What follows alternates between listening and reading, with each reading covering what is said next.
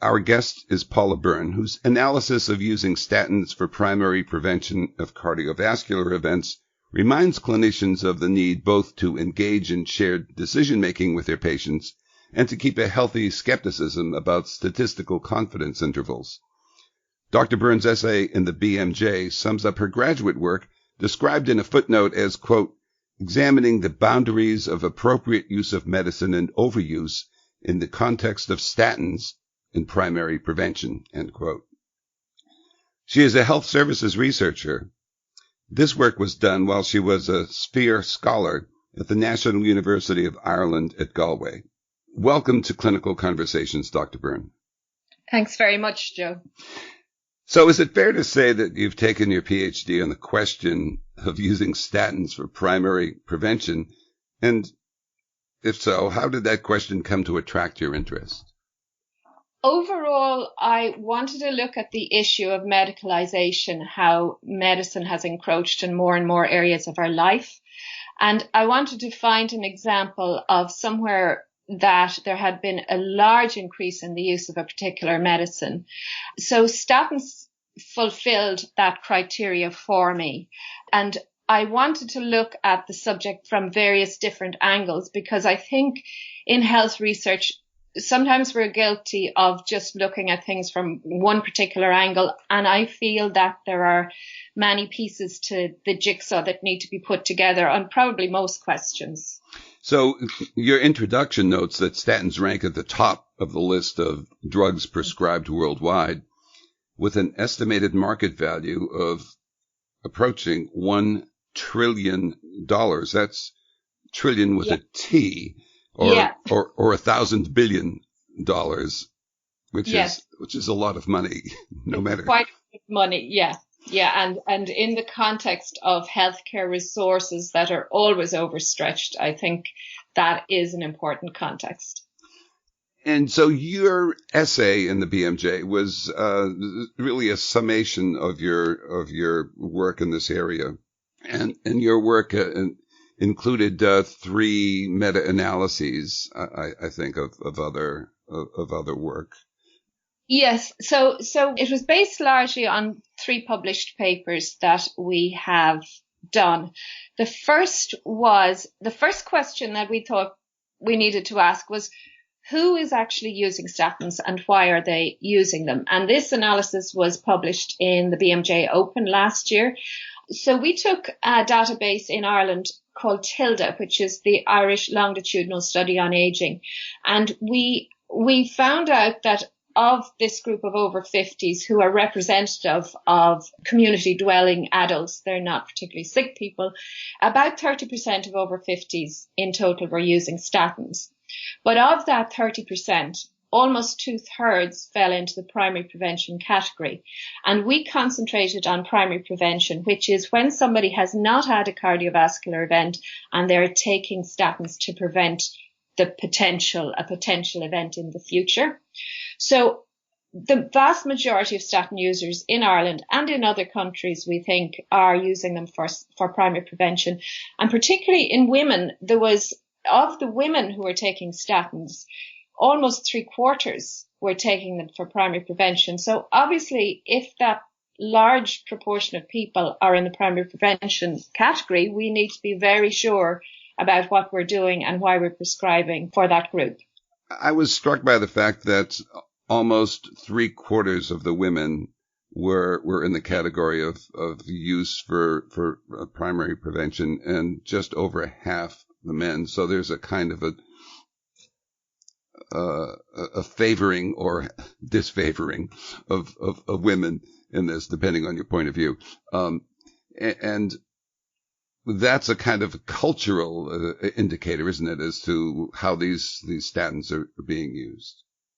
Well, it could be. And in a 4th paper, which we haven't referenced here, but we have published in a journal called Health, Risk and Society, we looked at kind of this qualitative end of things in terms, we did a literature review of what is out there in terms of qualitative research on attitudes, opinions, behaviours of physicians and patients in terms of statins for primary prevention. Now, there is a bit of literature, certainly in the medicalisation literature, on are women more medicalised than men? It's a big, big subject, and I think I've only dipped my little toe into it, so I won't pretend to be an expert on that area at all. But it certainly raised questions for us, that difference between men and women. And so, speaking of medicalization, you examined the implications of the European guidelines on statin use over a period of some 30 years. And over that time, so describe what you found there. So we identified one driver of medicalization as being changes in clinical guidelines. And we know that in general, as clinical guidelines have changed over time, they tend to expand the use of a drug or the definition of a particular diagnosis. So more and more people are captured within that category. So while there have been nice studies done in recent years on maybe the change between one clinical guideline and the next and what the implications are for eligibility, we thought that it would be interesting to look at it over a long period of time. So we went right back to the beginning of statins in the 1980s, and we looked specifically at European clinical guidelines, and there have been 7 iterations of those in that 30-year period. So we went back to our database of over 50s in Ireland, and we applied the criteria that would have been there in 1987 according to the clinical guidelines, and estimated the proportion of that group that would be eligible for statins. And then we did the same with each new iteration of the clinical guidelines up to 2016. So where we started in 1987, that about 8% of that group of over 50s would have been potentially eligible for statins. 8%. At that time, 8%. Yes. By 2016, potentially 61% of that group would be eligible for statins. So that's quite a large increase in eligibility. Now, I have to say that this is potentially eligible. And it's important to say that, people will go to their doctors, and hopefully their doctors will say, well, look, you need to lose weight, you need to stop smoking, whatever it is. So we're not saying that proportion are on statins, but this is what the guidelines could allow, if you like, that eligibility. And then what you did is you looked at the number needed to treat, to prevent a major cardiovascular event. And it switched from 40 in the late 1980s to 400 in 2016, which is a tenfold jump. Yeah. So that means that's really propelling statins towards the $1 trillion market value, isn't it? Yes, I think there's 2 perspectives that I always try to keep in my head on this. One is the perspective of the individual patient and the doctor trying to prescribe for that patient. And the second is a societal resource allocation perspective.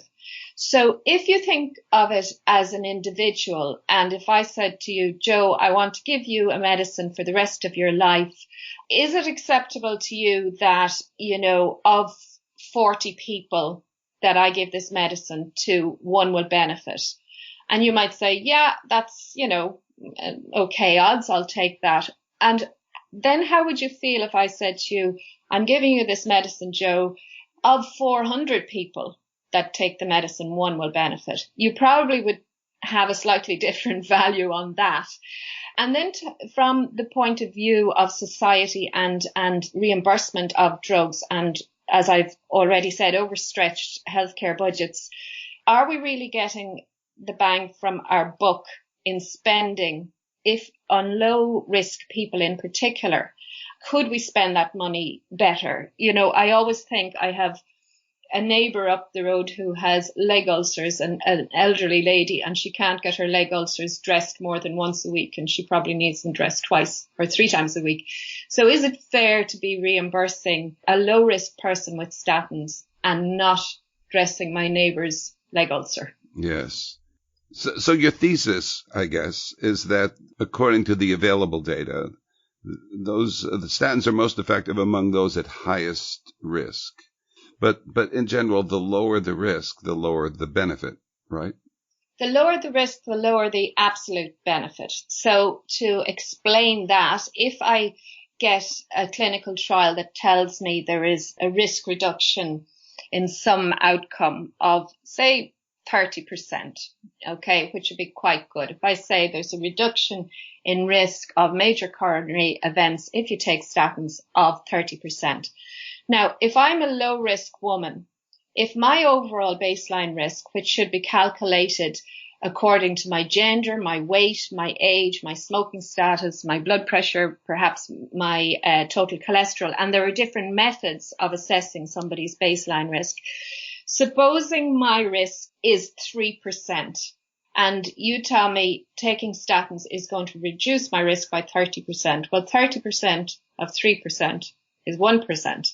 So I'm going to go from 3% to 2% risk. Now, compare that to maybe an overweight, smoking, older man who has high blood pressure and his overall risk is 30%. And I'm reducing his risk by 30%. He's now moving from 30% to 20%, which is quite a good risk reduction, one would think. So there's a massive difference in absolute risk reduction.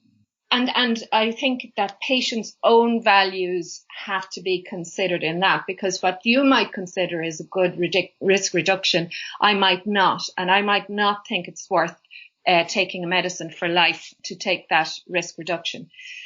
But to further complicate the matter, and just to go back, our third paper was an overview of systematic reviews. Now, what that means, a systematic review, as your listeners will probably know, is a review of clinical trials that are of high standard, and you try to bring together the data and perhaps perform a meta-analysis on it. An overview of systematic reviews is a review of reviews. No. So it's another layer up. And there's quite a few systematic reviews published on statins and on statins in primary prevention. But actually, a lot of them include a certain proportion of secondary prevention people. So again, trying to be as pure as we possibly could be in terms of looking at primary prevention, we decided to do an overview of exclusively primary prevention data. And we were surprised that actually there were only 3 sources we could find that were of exclusively primary prevention data.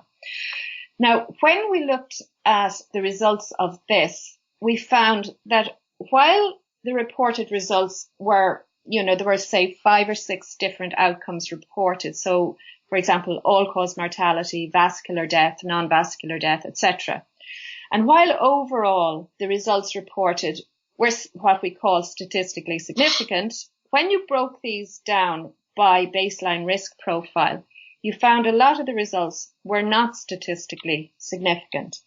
And before your listeners run out of the room screaming when I mention statistical significance, I think the concept of confidence intervals is really important in this. So a trial will report a risk reduction, but a trial is a trial. It's not the real world. So confidence intervals are a range of values. We say, we think that the risk reduction is, say 30%, as I mentioned. But in the real world, we estimate the confidence interval as a range of values around that. So perhaps between 50% reduction and 5%. The true value is somewhere in there. That's the confidence interval. But what happened with a lot of these results we reported was that the confidence interval suggested that you would possibly have a risk reduction, but you could possibly have a risk increase. So this adds another layer of confusion to trying to decide whether or not a person should take a statin. So again, say going back to major coronary events, one of the outcomes reported. If I said to you, Joe, I'm giving you a statin, the trial said that you're going to reduce your risk of a major coronary event by, this is a real reduction that we found, by 24%. But I am telling you that in the real world, the risk reduction for you could possibly be a 50% reduction or a 17% increase in your risk of having a major coronary event. Now, what do you think about it? So this has added another layer of difficulty and another layer of physicians having to have a conversation with their patients about uncertainty and being really clear about the uncertainty in statins, in primary prevention. So again, if you're a very low risk person, your absolute risk reduction is very small, even if the value that is reported in the trial is true. But you have this added layer of uncertainty that actually there might be no risk reduction at all. And so what you're advocating for in your commentary, in your paper, is a discussion, a shared decision with patients. Yeah. I think certainly on this side of the water, I know probably in the US as well, the debate on statins has become very polarized and, can become quite divisive. And I think, again, going back to the little bit of research we did on the qualitative research, I think physicians and patients are probably, sometimes confused as to how they should deal with this. And for physicians, is it a given that statins should be prescribed if somebody's, high risk or low risk, or if their cholesterol is above a certain level? And I think that if physicians are aware of these uncertainties and can communicate those to their patients, then it's up to the patients in terms of their own values and preferences to decide. Again, that is from the perspective of the individual patient and prescriber.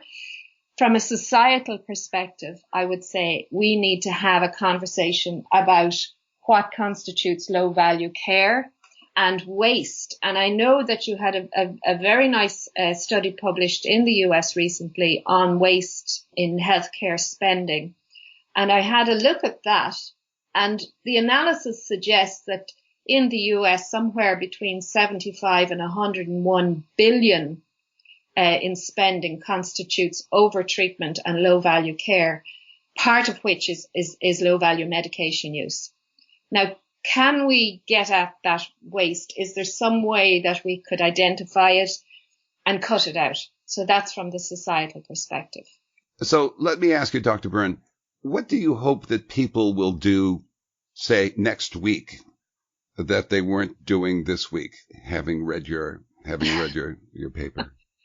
I think that if people are concerned about this, that they need to have a conversation with their doctor. They need to understand what their baseline risk is. Are they a low risk woman? Are they a high risk man? And I'm not saying that men are always the high risk ones. And then what is the absolute risk reduction they can achieve from taking statins? And then in terms of their own values, and also considering something I suppose we haven't really touched on, is the potential for harms from statins. How will they balance those benefits and harms? And what would they decide? It needs to be a shared decision-making scenario. And those harms are themselves controversial. I suppose one issue is that the data on harms are not really available for independent analysis, and there have been many calls that those data would be released for independent analysis.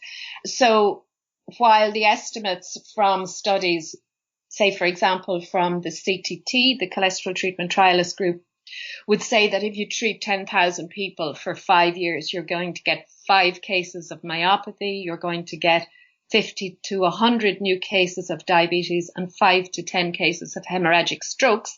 But there's a big difference between what these studies have reported and observational studies and what people consider to be myopathy or muscle symptoms. It's possible that in the real world, those are much higher. It's possible that what is defined in the trials as myopathy is too high a bar for real people and real physicians. So there is quite a bit of controversy about that. So in terms of harms, I think the big issue is the release of those data. And then, of course, you also have issues around bias in trials, what is reported, what is published in trials, and what doesn't get published. And is there underreporting of harms in trials? Do the characteristics of those participating in trials reflect the real world? So there are a lot of issues around trying to estimate harms from statins. Well, I want to thank you very much, Dr. Byrne, for talking with us today. Thank you very much, Joe. It's been a pleasure. That was our 240th episode. The whole collection is searchable and available free at podcasts.jwatch.org. Let us know how we can improve these chats. Email me, jelia@nejm.org. We come to you from NEJM Journal Watch. The executive producer is Kristen Kelly. I'm Joe Elia. Thanks for listening.